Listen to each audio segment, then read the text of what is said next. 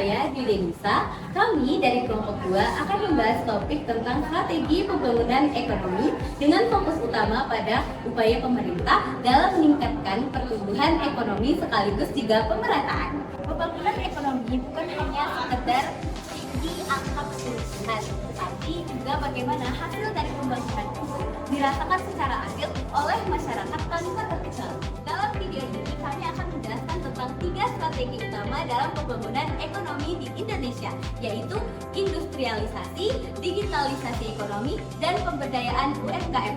3 hal ini menjadi kunci dan juga saling berhubungan untuk pembangunan ekonomi di Indonesia yang inklusif dan juga berkelanjutan. Halo, nama saya Sofia Taslim. Kali ini saya akan menjelaskan tentang strategi industrialisasi.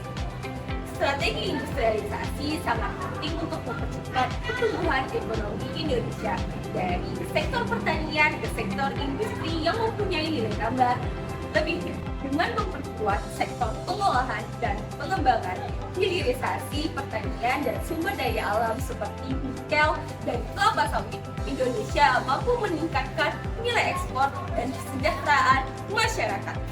Program pemerintah seperti Making Indonesia 4.0, pengembangan kawasan industri dan industri hijau merupakan langkah nyata pemerintah untuk meningkatkan daya saing nasional.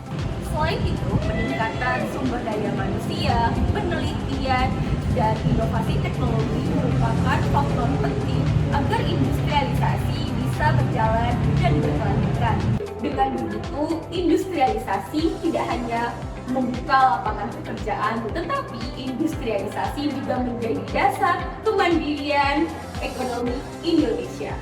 Halo, aku Auna dan di sini aku akan menjelaskan tantangan industrialisasi di Indonesia.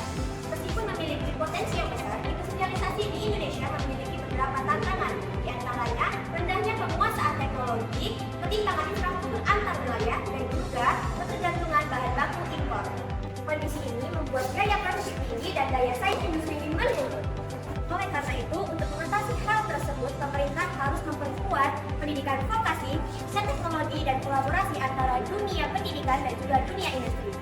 Dengan demikian, sumber daya manusia di Indonesia dapat lebih siap dalam menghadapi era industri modern.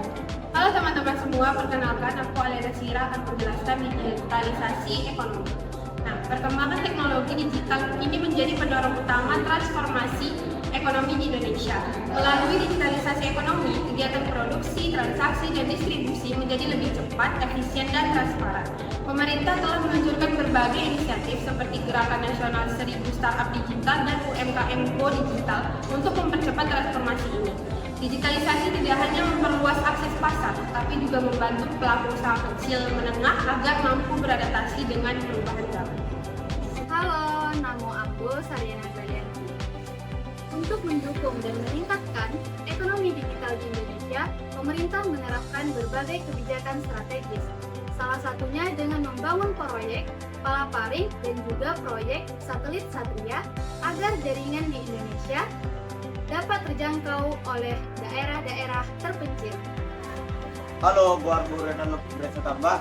Selain itu, peningkatan literasi digital masyarakat semakin ditingkatkan agar penggunaan teknologi semakin produktif dan aman.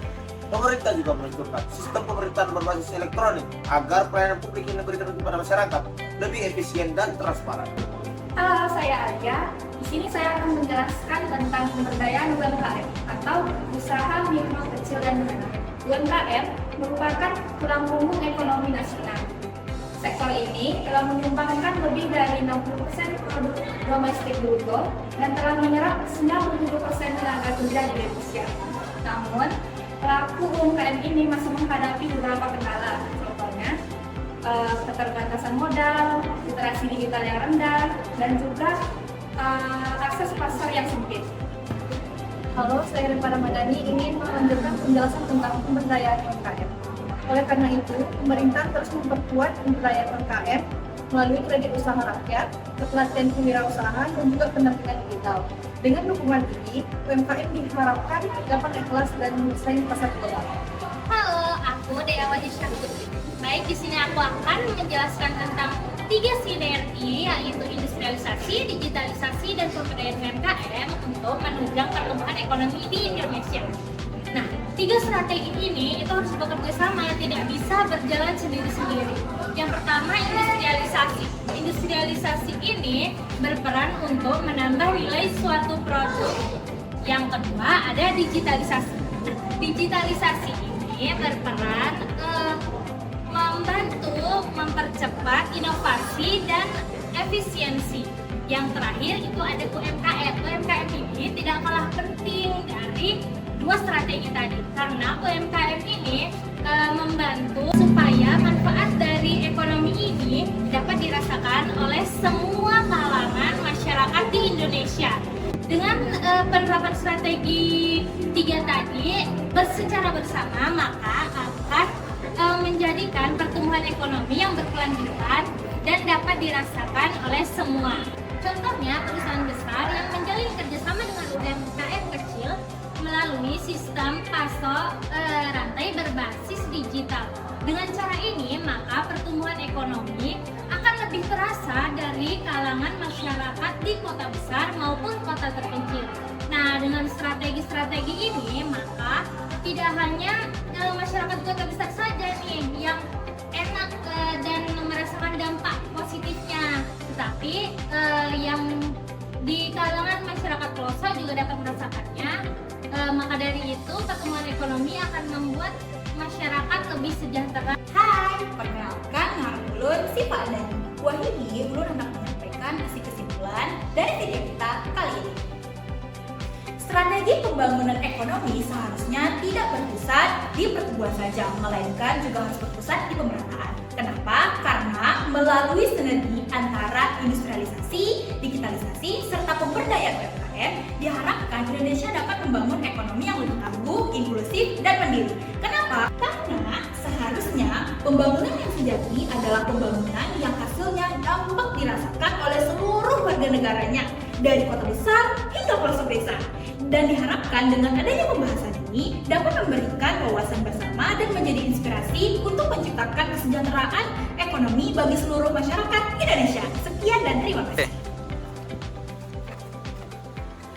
Terima kasih teman-teman. DJ, si Palangku sedikit.